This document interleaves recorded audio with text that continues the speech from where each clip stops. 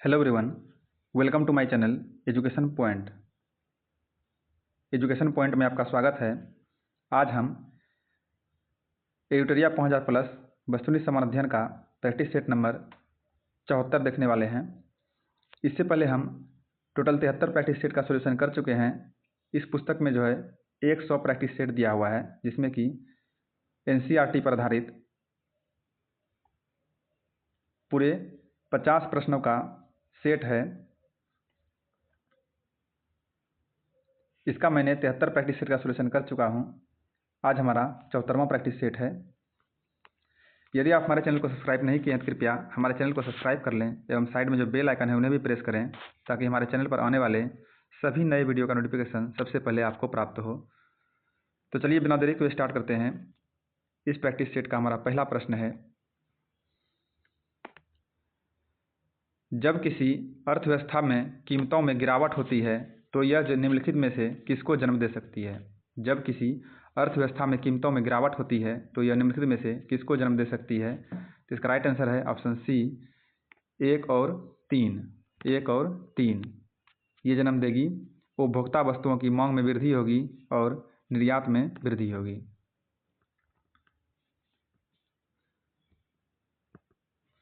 अगला प्रश्न है, यूनियन बजट में राजकोषीय घाटा निम्न में के बराबर है। यूनियन बजट में जो है राजकोषीय घाटा जो है निम्न के बराबर है, और इसका राइट आंसर है ऑप्शन ए, आंतरिक और बाह्य उधार में वृद्धि। आंतरिक और बाह्य उधार में शुद्ध वृद्धि।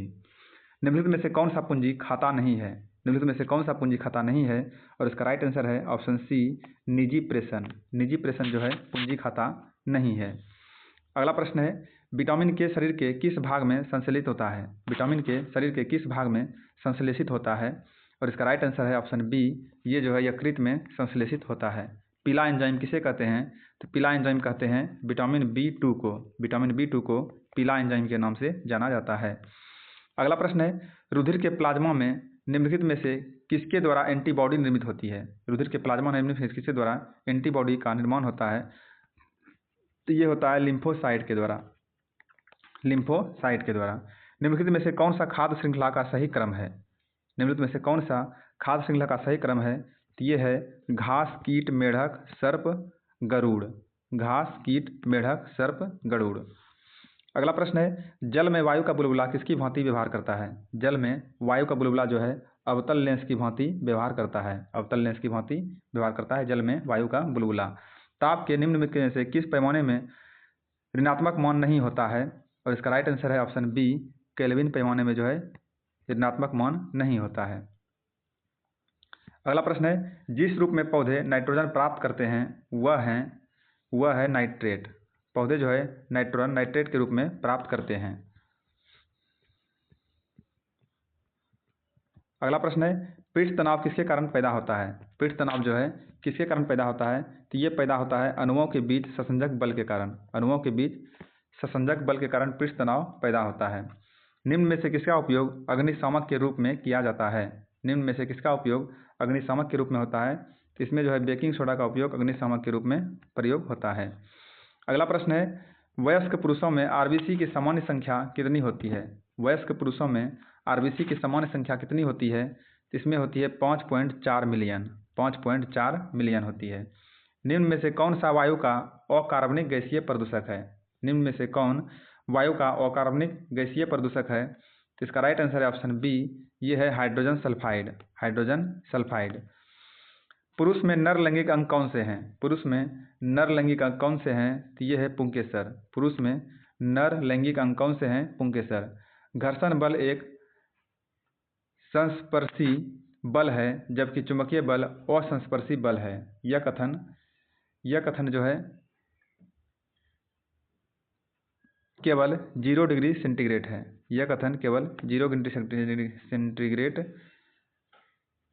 पर है। भारत में उच्च न्यायालयों के न्यायाधीश को पद की शपथ कौन दिलवाते हैं। भारत में उच्च न्यायालय के न्यायाधीशों को पद की शपथ दिलवाते हैं राज्य के राज्यपाल। भारत में उच्च न्यायालय के न्यायाधीशों को पद की शपथ कौन दिलवाता है, तो वो दिलवाता है राज्य के राज्यपाल। भारत में मताधिकार और निर्वाचित होने का अधिकार कैसा अधिकार है। भारत में मताधिकार और निर्वाचित होने का अधिकार कैसा अधिकार है, ये है एक संवैधानिक अधिकार। ये संवैधानिक अधिकार है। भारत के सर्वोच्च न्यायालय के अधिकार क्षेत्र को बढ़ाने का अधिकार है किसको? भारत के सर्वोच्च न्यायालय के अधिकार क्षेत्र को बढ़ाने का अधिकार किसको है?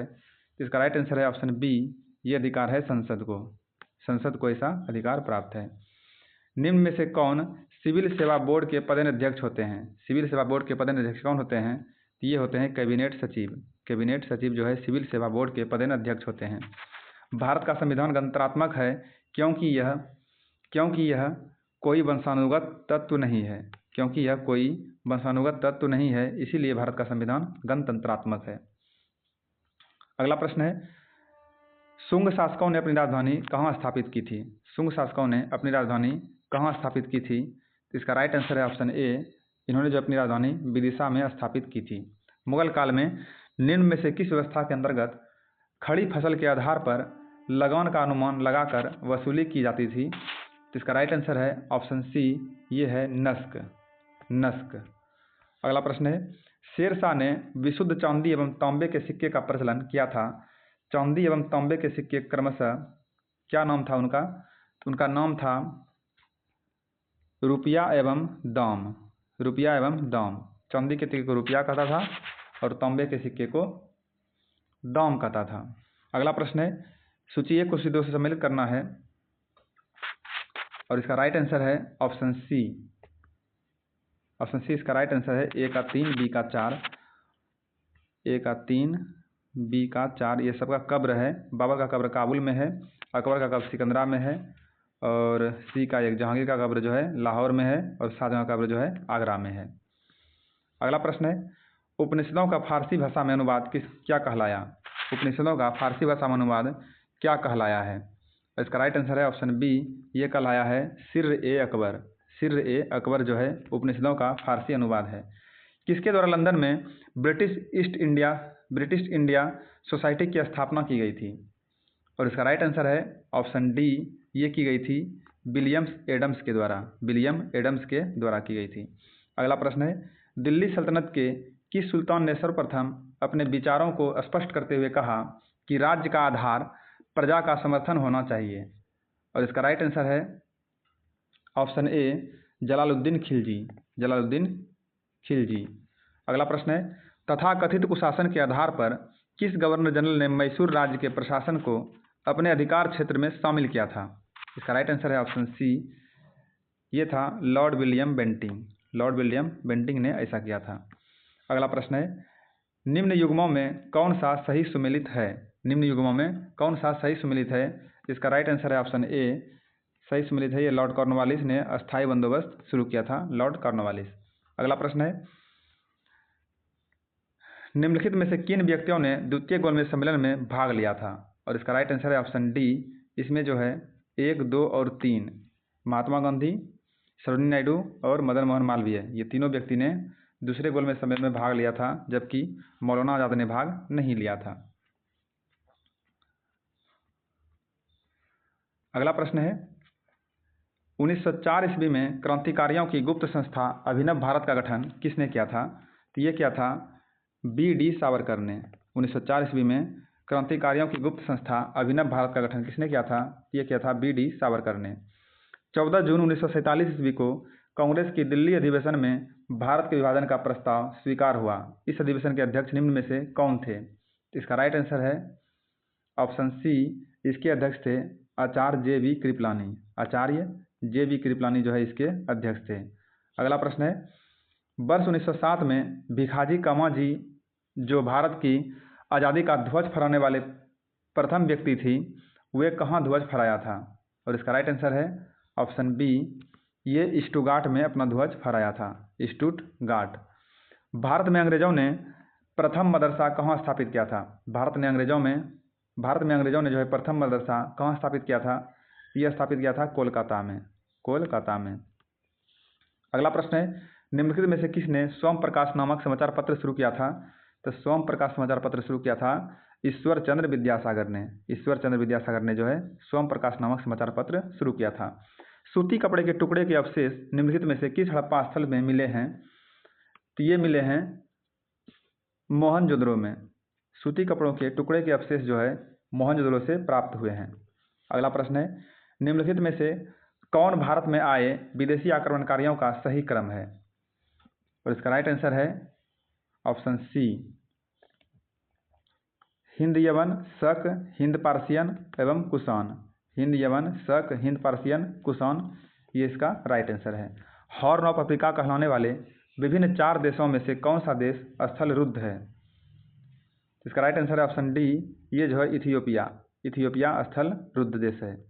अगला प्रश्न है, रोमानिया की राजधानी कहाँ है? रोमानिया की राजधानी कहाँ है? रोमानिया की राजधानी है बुखारेस्ट। बुखारेस्ट जो है रोमानिया की राजधानी है। वर्तमान में भारत के सबसे लंबे राष्ट्रीय राजमार्ग कौन से हैं? वर्तमान में भारत के सबसे लंबे राष्ट्रीय राजमार्ग कौन से हैं? ये है NH-44। NH-44 जो है भारत का सबसे लंबा राष्ट्रीय राजमार्ग है। रेगुर या काली मिट्टी का सर्वाधिक विस्तार किस राज्य में है? रेगुर या काली मिट्टी का सर्वाधिक विस्तार जो है महाराष्ट्र में पाया जाता है। महाराष्ट्र में रेगुर या काली मिट्टी का सर्वाधिक विस्तार पाया जाता है। मलक्का जल संधि में आने जाने की सुविधाएं हैं। मलक्का जल संधि में आने जाने की सुविधाएं हैं, तो ये सुविधाएं कहाँ से कहाँ तक है? इसका राइट आंसर है ऑप्शन डी, मलक्का जल संधि में आने की सुविधाएं हैं अंडमान सागर से दक्षिण चीन सागर तक। अंडमान सागर से दक्षिण चीन सागर तक, ऑप्शन डी इसका राइट आंसर है। निम्न में से कौन स्थल रुद्ध देश है? निम्न में से कौन स्थल रुद्ध देश है?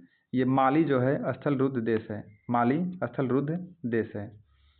अगला प्रश्न है, भूटान के साथ भारत के किस राज्य की सीमा सबसे ज़्यादा लंबी है?